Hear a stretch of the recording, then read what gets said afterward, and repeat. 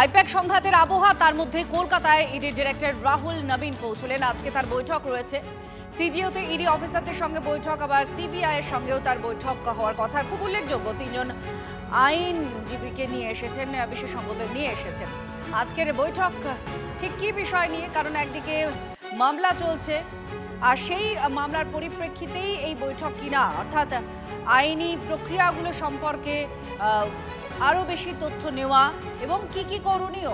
Cost কে cost দিয়েই beat করো with Great Eastern trading companies cost to cost offer. Cost to cost মানে সমস্ত টপ ব্র্যান্ডের TV, fridge, AC, washing machine একদম কস্ট প্রাইসে, সাথে 0% ডাউন পেমেন্ট, 2 EMIs অফ আর 36 মান্থস EMI। সিরিয়াসলি? হ্যাঁ, সঙ্গে 26,000 টাকা অবধি ক্যাশব্যাকও। রিপাবলিক ডে শপিং এর পারফেক্ট টাইম এটাই boss. Great Eastern, we serve you the best. এই আইপ্যাক কাণ্ডে যে পরিস্থিতির সম্মুখীন ইডির আধিকারিকরা হয়েছিলেন, মুখ্যমন্ত্রী স্বয়ং চলে গিয়েছিলেন তাদের তল্লাশি করার সময়, সেই পরিস্থিতিকে কিভাবে মোকাবিলা করা যায় বা আরও কি কি করণীয় এই ধরনের পরিস্থিতি উদ্ভূত হতে পারে, এই সম্ভাবনা জায়গা যদি ভবিষ্যতে তৈরি হয়, সেক্ষেত্রে কি কি করণীয়, এই সমস্ত বিষয় কি আলোচনা করবেন। আমাদের সঙ্গে সুজয়, আমাদের প্রতিনিধি আছেন, আরও জানাচ্ছেন। সুজয়, এই আইপ্যাক আবহের মধ্যে ইডির ডিরেক্টর খোদ চলে এলেন এবং তিনজন আইনজীবী, আইন বিশেষজ্ঞকে নিয়ে এসেছেন। মামলা রয়েছে সুপ্রিম কোর্টে, সেই সমস্ত দিককে সামনে রেখে আজকের বৈঠকে কি কি বিষয় আলোচনা হতে পারে, প্রায়োরিটি সেগুলো কি কি রয়েছে?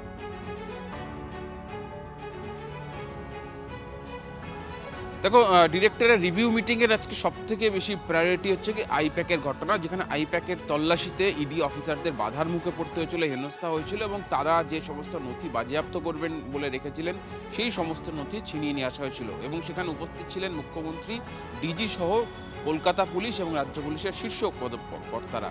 সেই নিয়েই আজকে বৈঠক সিজিও কমপ্লেক্সে। ডিরেক্টর সকাল 11টা নাগাদ আসবেন এবং যেহেতু আইপ্যাক ঘটনার পরবর্তীতে ইডি ডিরেক্টরের এই বৈঠক, ফলে সিজিও কমপ্লেক্সের নিরাপত্তার ছবিটাটা একটু দেখাতে বলবো। একদম আমার সহকর্মী অমিত দেখাচ্ছে সিজিও কমপ্লেক্সে ঢোকার যে গেট, সেখানে দেখছো দুটো ব্যারিকেড রয়েছে এবং আজকে 23শে জানুয়ারি সরকারি ছুটি, ফলে সিজিও কমপ্লেক্সে অন্যান্য যে কেন্দ্রীয় সরকারি দপ্তর সব জায়গাতে ছুটি, শুধুমাত্র এখানে আজকে ইডি অফিসাররাই আসবেন। এখানে যারা প্রবেশ করছেন তাদেরকে তাদের পরিচয় যাচাই করে নেওয়া হচ্ছে, তার কারণ নির্দেশ রয়েছে যে ইডি অফিসার ছাড়া কেউ ভেতরে প্রবেশ করতে পারবে না। ব্যারিকেড রয়েছে এবং সমস্ত এন্ট্রি এক্সিট গেট বন্ধ করে শুধুমাত্র একটা গেট, এই গেট থেকেই 11টা নাগাদ ডিরেক্টর ঢুকবেন। সামনে সিআরপিএফ জওয়ান রয়েছেন এবং ভেতরের ছবিটাও যদি দেখি, সিজিও কমপ্লেক্সের ভেতরে সিআইএসএফ জওয়ানরা রয়েছেন। প্রচুর সংখ্যক আজকে ফোর্স বাড়ানো হয়েছে, আমরা দেখতে পাচ্ছি সকাল থেকে গোটা সিজিও কমপ্লেক্সের নিরাপত্তা কার্যত বলা চলে দখল নিয়েছে জওয়ানরা। তার কারণ যে ঘটনা ঘটেছিল ইডির তল্লাশিতে, সেই ঘটনা নিয়ে আলোচনা করতে আসছেন ডিরেক্টর এবং অন্যান্য বিষয় নিয়েও আলোচনা হবে। তাই কোন রকম বিষয়বস্তুর দিকে আমাদের নজর রয়েছে। ধন্যবাদ সুজয়। আপাতত আমাদের প্রতিনিধি দেখাচ্ছিলেন ইডি অফিসে কতটা তৎপরতা এই মুহূর্তে দেখা যাচ্ছে, বৈঠকে কোন কোন বিষয়ে আলোচ্য হতে পারে। তার মধ্যে একদম শুরুতেই যেটা থাকবে সেটা হচ্ছে আইপ্যাক তল্লাশি, এমনটাই মনে করা হচ্ছে। রাজনৈতিক তরজাও শুরু হয়ে গিয়েছে, কারণ খোদ ইডি ডিরেক্টর তিনি চলে এসেছেন, গতকাল রাতে চলে এসেছেন। তো তার এই বৈঠক, তার চলে আসা একটা আলাদা গুরুত্ব, তাৎপর্য অনেকটাই বাড়িয়ে দেয়। সারা দেশের মধ্যে পশ্চিমবঙ্গ চর্চা এই জন্য নয় যে খুব ভালো কাজ হচ্ছে বা উন্নয়ন হচ্ছে, চর্চা হচ্ছে দুর্নীতিতে সবচেয়ে এগিয়ে আছে এখানে। হিংসা এমন জায়গায় পৌঁছেছে আর সরকার এমন জায়গায় পৌঁছে, সুপ্রিম কোর্টের নির্দেশও মানা হচ্ছে না। হিংসা এমন জায়গায় যে এসআইআর করা যাচ্ছে না, চলে যাচ্ছে মাসের পর মাস, ইলেকশন এসে গেল। তো এই ধরনের বদনাম পশ্চিমবাংলায় আগে হয়নি।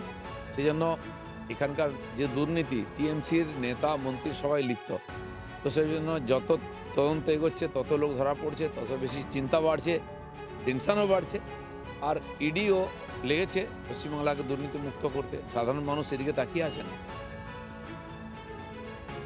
মামলা জোরদার করার জন্য কলকাতায় আসার কি প্রয়োজন আজকের দিনে, সেটা আমি বুঝি না। কারণ আজকের দিনে প্রযুক্তিগতভাবে আমরা যতটা এগিয়ে গেছি, আর আমাদের মাননীয় প্রধানমন্ত্রী ডিজিটাল ভারতের কথা বলেন, সেখানে একজনকে দিল্লি থেকে কলকাতায় আসতে হয় মিটিং করার জন্য, এটা আমি বিশ্বাস করি না। আসলে নির্বাচনের আগে ইডি, সিবিআই সহ সমস্ত কেন্দ্রীয় তদন্তকারী সংস্থাগুলো সেই রাজ্যগুলোতে, যে রাজ্যে নির্বাচন থাকে সেই রাজ্যে তাদের আনাগোনা বাড়তে থাকে। এটা চিত্রনাট্য, পুরনো চিত্রনাট্য, নতুন কিছু নয়।